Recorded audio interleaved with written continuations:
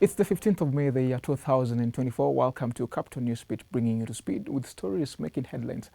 My name is Fidel Kizito. President William Ruto says he intends to raise the country's average tax rate from the current 14% to 22% by the end of his term.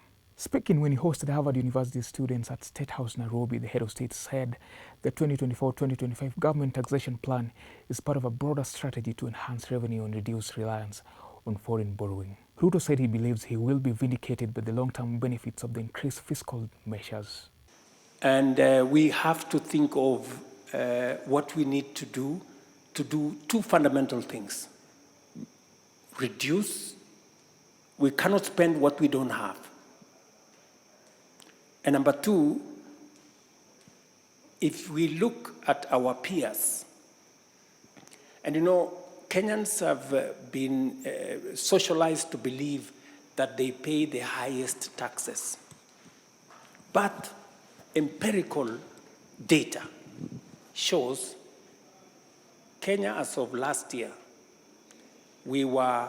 our tax as a percentage of our revenues was 14%.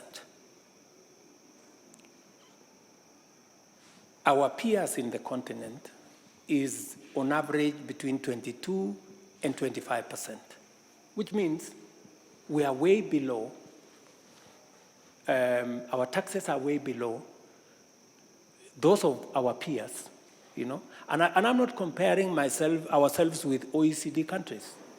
You know, countries like France are at 45%, you know, others are higher. So I persuaded, and I made a case to the people of Kenya that we must begin to enhance our revenue. Because if we are a serious state, we must be able to enhance our taxes. So my drive is to push Kenya. Possibly this year we will be at 16% from 14%. I want in my term, God willing, to leave it at between 20 and 22%. It's going to be difficult. I have a lot of explaining to do. People will complain, but I know finally they will appreciate that the money we go to borrow from the World Bank is savings of other countries. We have to begin to live within our means. And then secondly, the National Assembly Committee of Finance and National Planning has invited members of the public to submit their written views on the Finance Bill 2024. The proposed legislation, sponsored by Molo MP Kimani Kuria, contains proposals relating to revenue-raising measures, including liability to and collecting of taxes. The bill also amends other pieces of legislation relating to fees, levies, and management of public funds. Among the key proposals are amendments related to motor vehicle tax, withholding tax, and the supply of goods to public entities, and modifications of the Data Protection Act and enabled revenue authorities to access information for tax collection purposes.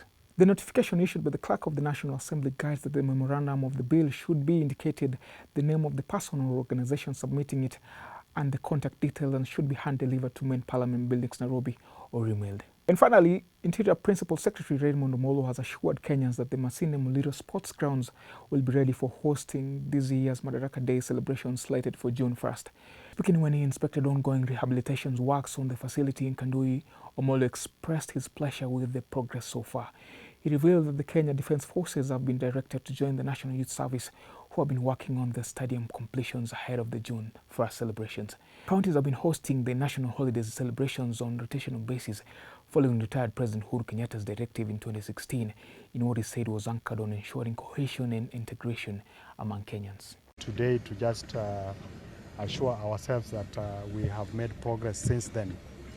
And as you may have noticed, there has been significant progress in terms of the completion of the stadium, particularly the terraces and the main pavilion. And we want to assure the people of Bungoma and the people of Kenya that we are on course to host the Madaraka Day celebrations on the 1st of June. We have added extra hands beyond the National Youth Service officers. We now have our colleagues from the Kenya Defence Forces who will also help with the supervision of the last section of the works that are ongoing. For more of this and other stories, log into www.capitalfm.co.ke/news. My name is Fidel Kizito.